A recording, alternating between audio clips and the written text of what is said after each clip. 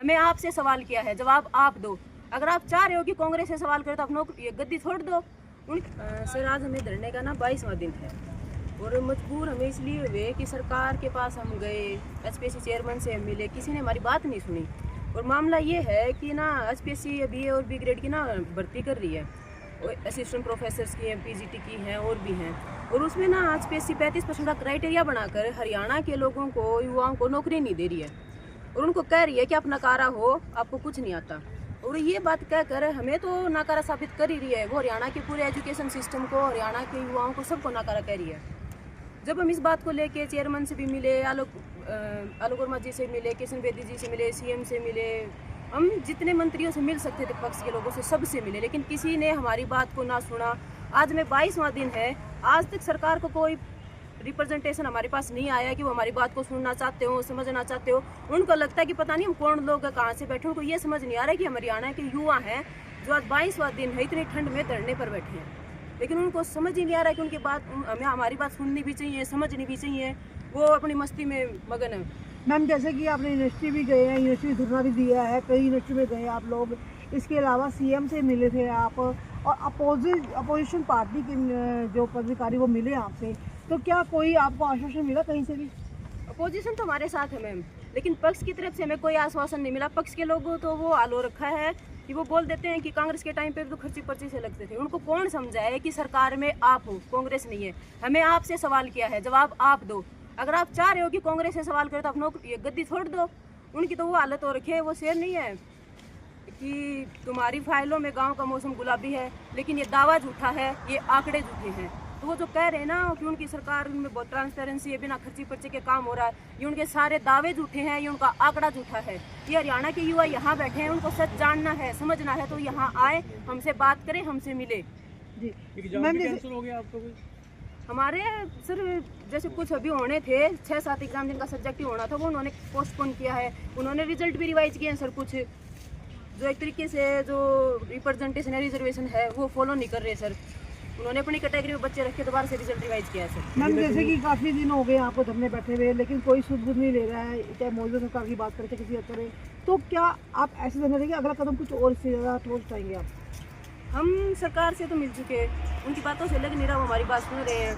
अगर ऐसे ही चलता रहा तो हम सरकार को 2-3 दिन का टाइम और दे रहे हैं, या तो हमारी बात सुन ले, वरना हम भूख हड़ताल शुरू करेंगे। भूख हड़ताल भी ऐसी कि हम आमरण अनशन शुरू करेंगे, क्योंकि ये मामला सिर्फ एक का नहीं है कि हमें नौकरी नहीं मिली। ये पूरे हरियाणा के युवा, पूरे हरियाणा का जो एजुकेशन सिस्टम है उसकी बात है।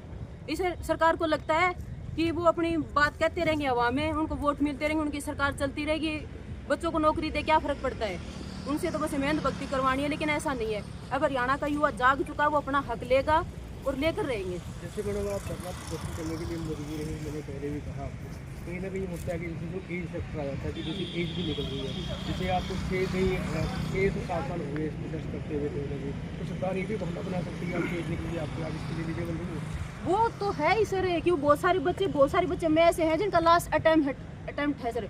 और सरकार ऐसा नहीं है कि 6 महीने में और साल में भर्ती निकालती है, ये भर्ती पूरे 6-7 साल के बाद आई है सर। और उसका भी रिजल्ट ये है कि ना के बराबर हरियाणा के युवाओं को रोजगार मिल रहा है। फिर किस चीज़ के लिए सरकार है? अगर सरकार को युवाओं के लिए कुछ काम ही नहीं करना तो किस चीज़ की सरकार है? क्यों आती है जनता के बीच में वोट मांगने के हम युवाओं को रोजगार देंगे?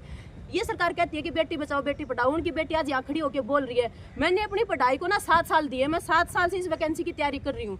आपकी बेटी को आपने कहाँ लाकर खड़ा कर दिया है? ये ना एक तरीके की सिस्टमेटिक वायलेंस है, टॉर्चर है हर एक तरीके से सर।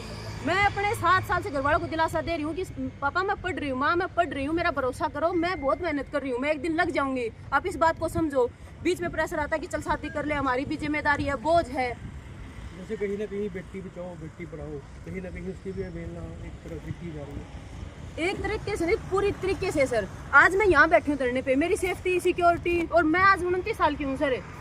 मेरे घर वालों पे प्रेशर है, समाज का ही प्रेशर है कि अपनी बेटी की शादी कर दे, बतेरी पढ़ ली, तो हम उसको क्या जवाब दें? सरकार करिए कि यू आर फेल्योर।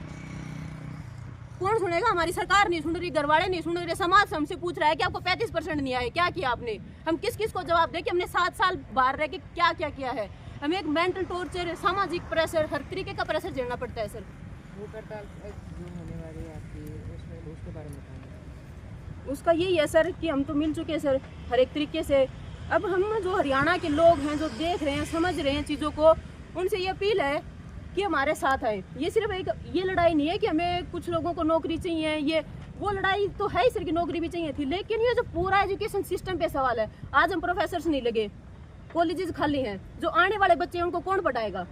जैसे बात चल भी रही कि HRKN में लगाया जा रहा है, तो उसको लेकर भी क्या करेंगे आप? सर सरकार को ना पता नहीं क्यों बेकार करवानी है।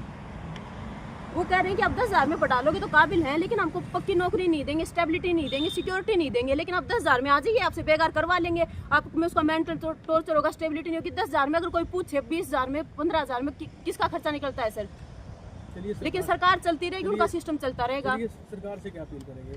सरकार से यही अपील है सर, या तो हमारी बात सुन लीजिए, समझ लीजिए, और जो 35% की नीति इसको खत्म करिए। इंटरव्यू के लिए 2 गुना बच्चे बुलाइए, और जो आपने कैटेगरी का जो रिप्रेजेंटेशन खत्म किया है एक तरीके से, जिसके नाम पे आपने सरकार बनाई, जो छाती ठोक ठोक कर कहा करते कि SCBC की सरकार है, वे सारे आजाड़े खड़े हैं, SCBC वाले भी, वो पूरा हरियाणा खड़ा है, SCBC भी नहीं, पूरा हरियाणा खड़ा है। आप किसे तक नौकरी नहीं दे रहे, किसे तक नहीं दे रहे, कि तो फिर आप सिर्फ अपना वोट चाहिए थे। हम आपके सिर्फ वोट बैंक नहीं है, हमने वोट दिया, अब हम हक भी मांगेंगे और पूरे हक से अपना हक लेंगे। तो यही अपील है कि आप हमारी बात को सुन ले, समझ ले और इसका समाधान कर दे, वरना ये सरकार के लिए भी ठीक नहीं होगा।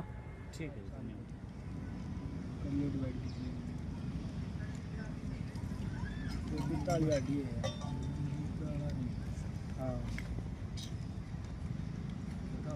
हाँ 100 दिन में दिया करके जितने पैसे वो 125 दिन में बता रहे हमने सोशल